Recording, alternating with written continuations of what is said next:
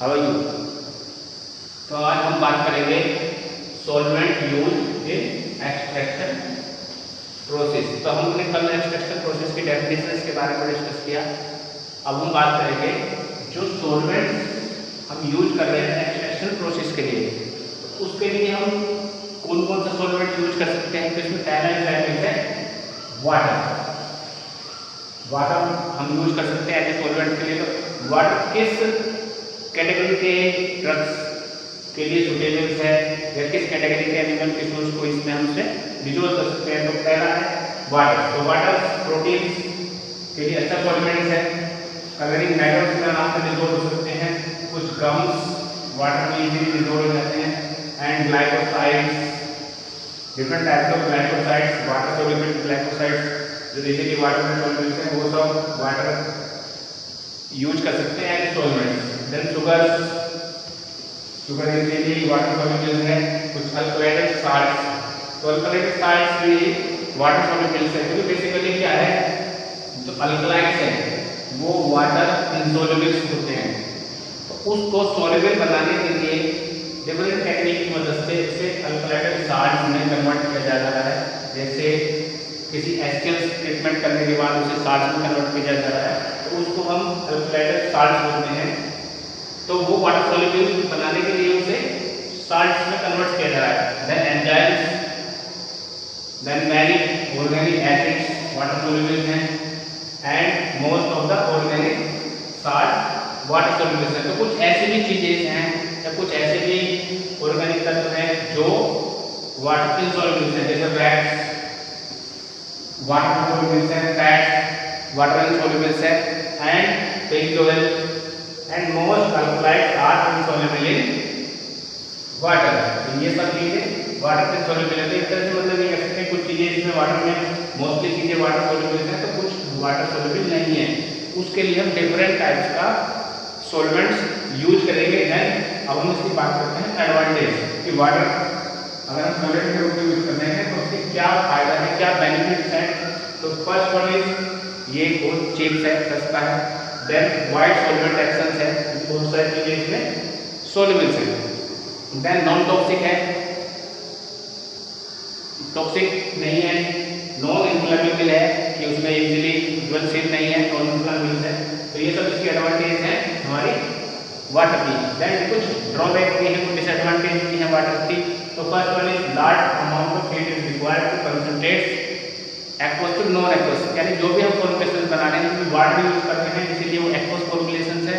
उससे हम water free करने के लिए या नॉन एक्वस में कन्वर्ट करने के लिए हमें उसको वाटर की लार्ज क्वांटिटी में यूज किया जा रहा है। तो उसको हीट करके कंसंट्रेट बनाने में हमें ज़्यादा समय लगेगा या ज़्यादा हीट की आवश्यकता होगी। तो ये भी इसके डिसएडवांटेज है। Then post hydrolysis of many substance, water presence होने की वजह से मैनी ऑर्गेनिक साल्ट्स का या बहुत सारे जो हमारे कुछ प्रोटीन्स या और बहुत सारे मटेरियल्स हैं जिनका हाइड्रोलाइसिस हो जाता है, इसलिए वाटर यहाँ पर एज ए डिसएडवांटेज है। Then dissolve a wide range of substance, इसमें काफ़ी सारी चीज़ें डिसॉल्व हो जाती हैं।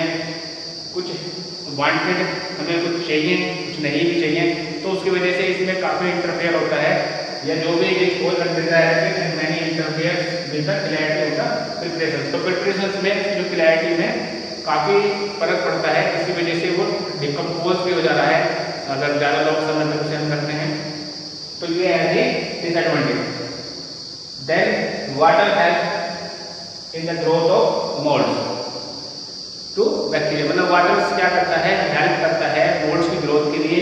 तो ये भी एक ड्रॉबैक है, इसके लिए हमें इसमें प्रिजर्वेटिव ऐड करना पड़ेगा और वो हमारा अननेसेसरी उसमें प्रिजर्वेटिव बेसिकली क्या करते हैं, तो प्रिजर्व करते हैं हमारी फॉर्मुलेशंस को। तो उस प्रकार से हम इसके डिसएडवांटेज देख पा रहे हैं। आई होप आपको वाटर एज ए सॉल्वेंट समझ में आ जाओ कि इसमें बहुत सारी चीज़ें डिसॉल्व हो जाती हैं, कुछ चीज़ें ऐसी हैं जो वाटर इनसॉल्युबल हैं वो डिसॉल्व नहीं होती हैं। और देन एडवांटेज क्या है इसकी और डिसएडवांटेज क्या है। तो आपको ये टॉपिक समझ जाओगे। इसके नेक्स्ट टॉपिक पे हम डिस्कस करेंगे कि अल्कोहल्स किस प्रकार से एज ए सॉल्वेंट हम यूज कर सकते हैं। तो अभी हमने वाटर के बारे में डिस्कस किया, अब हम बात करते हैं अल्कोहल एज ए सॉल्वेंट। तो अल्कोहल से बेसिकली कुछ इजीली सॉल्युबल्स जो अल्कोहल सॉल्युबल्स हैं जैसे अल्कलाइड्स या हमारा अल्कलाइड साल्ट्स, हमारा ग्लाइकोसाइड या हमारा कुछ resins, volatile oils, colouring matters also what alcohol solubles and tannins or many organic acids and salts are alcohol solubles। जो अल्कोहल में इजीली solubles हैं वो हम उसे उस कंडीशंस में alcohol as a solvent use कर सकते हैं। बेसिकली हमने सॉल्वेंट को कल भी डिस्कस किया था, इससे पिछले लेक्चर्स में डिस्कस किया था कि अल्कोहल एज ए यूज मेनस्ट्रम्स। तो मेनस्ट्रम्स या हम उसे कह सकते हैं सॉल्वेंट। तो कुछ अल्कोहल इनसॉल्युबल है जो अल्कोहल में डिसॉल्व नहीं होते हैं, तो जैसे अल्बुमिनस मैटर्स है, ड्रम्स है, वैक्स है या फैट्स है या पेट्रोल या शुगर, सब क्या है ये अल्कोहल में डिसॉल्व नहीं होती है या अल्कोहल इनसॉल्युबल है। तो उन मैटर्स को भी हम इजीली सेपरेट कर सकते हैं अपने सॉल्वेंट की मदद से। तो एडवांटेज क्या है अल्कोहल के? एडवांटेज बेसिकली अल्कोहल का अगर यूज करें तो मोल्ड और बैक्टीरिया उसमें ग्रोथ नहीं करेंगे, तो उस कंडीशन में हमें प्रिजर्वेटिव की भी जरूरत नहीं पड़ेगी। अगर 20% कंसंट्रेशन का अल्कोहल यूज करते हैं अपने एक्सट्रैक्शन प्रोसेस के लिए, तो उस कंडीशन में हमें प्रिजर्वेटिव की जरूरत नहीं पड़ती है, वो मोल्ड और बैक्टीरिया ग्रोथ करने में को रोकने में सक्षम है। एंड न्यूट्रल्स हैं, alcohol also is neutral substance compatible with other products, कुछ प्रोडक्ट के साथ कंपैटिबल हो रहा है क्योंकि न्यूट्रल्स है, इसलिए इजीली हम उसे अदर प्रोडक्ट में भी मिक्स कर सकते हैं। नॉन टॉक्सिक है in the concentration mostly present in the preparations. तो अब इसका मतलब ये नहीं कह सकते कि आप नॉन टॉक्सिक है तो अल्कोहल अच्छी चीज़ है, या ये कहो कि सर तो ये कहा था कि भाई अल्कोहल नॉन टॉक्सिक है, इसे हम इजीली यूज कर सकते हैं ऐसे दवाई के रूप में या पीने के रूप में। पर इसका मतलब ये नहीं है, ये कुछ लिमिट्स तक ही सुरक्षित है। अगर हम इसको किसी भी चीज़ की अति करते हैं या किसी भी चीज़ को हम ज़्यादा यूज करते हैं तो वो हमारे लिए टॉक्सिक का कारण बनता है। तो नॉन टॉक्सिक किस कंडीशन में है, ये हमें लिमिटेड कंसंट्रेशन में इसका इस्तेमाल कर रहे हैं अपने प्रिपरेशन में।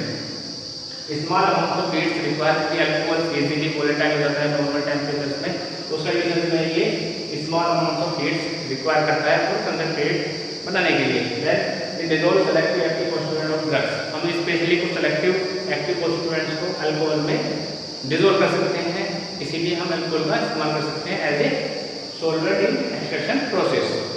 Then disadvantage, तो बेसिकली मोस्टली एक कॉमन सी डिसएडवांटेज है अल्कोहल की, वाटर सस्ता है पर अल्कोहल क्या है कॉस्टली होता है। हम अगर अल्कोहल यूज करेंगे अपने एक्सट्रैक्शन प्रोसेस में तो हमारी अननेसेसरी प्रोडक्ट की कॉस्ट बढ़ जाएगी और हमारा प्रोडक्ट कॉस्ट बढ़ने की वजह से अल्कोहल में हम यूज कर रहे हैं वो एज ए कॉस्टली मटेरियल है या कॉस्टली सॉल्वेंट हमें पड़ रहा है। अब हम इजीली समझ लें कि वाटर और अल्कोहल हम इस प्रकार से एज ए सॉल्वेंट यूज कर सकते हैं। कुछ सॉल्वेंट ऐसे भी हैं जो इसके अलावा भी यूज कर सकते हैं। डिफरेंट मेथड्स में हम डिफरेंट सल्फाइड या डिफरेंट सॉल्वेंट का इस्तेमाल हम कर सकते हैं। तो आई होप आपको ये दोनों टॉपिक समझ में आ गए होंगे। हम नेक्स्ट लेक्चर में बहुत जल्दी लेके आएंगे। तो हमें उम्मीद है आपका डी फार्मा का एग्ज़ाम आने वाला है और आप अपनी तैयारी प्रॉपरली करें और हर स्टेप को लेके चलें और उम्मीद है कि आप इस बार एग्ज़ाम में अच्छा करोगे। धन्यवाद।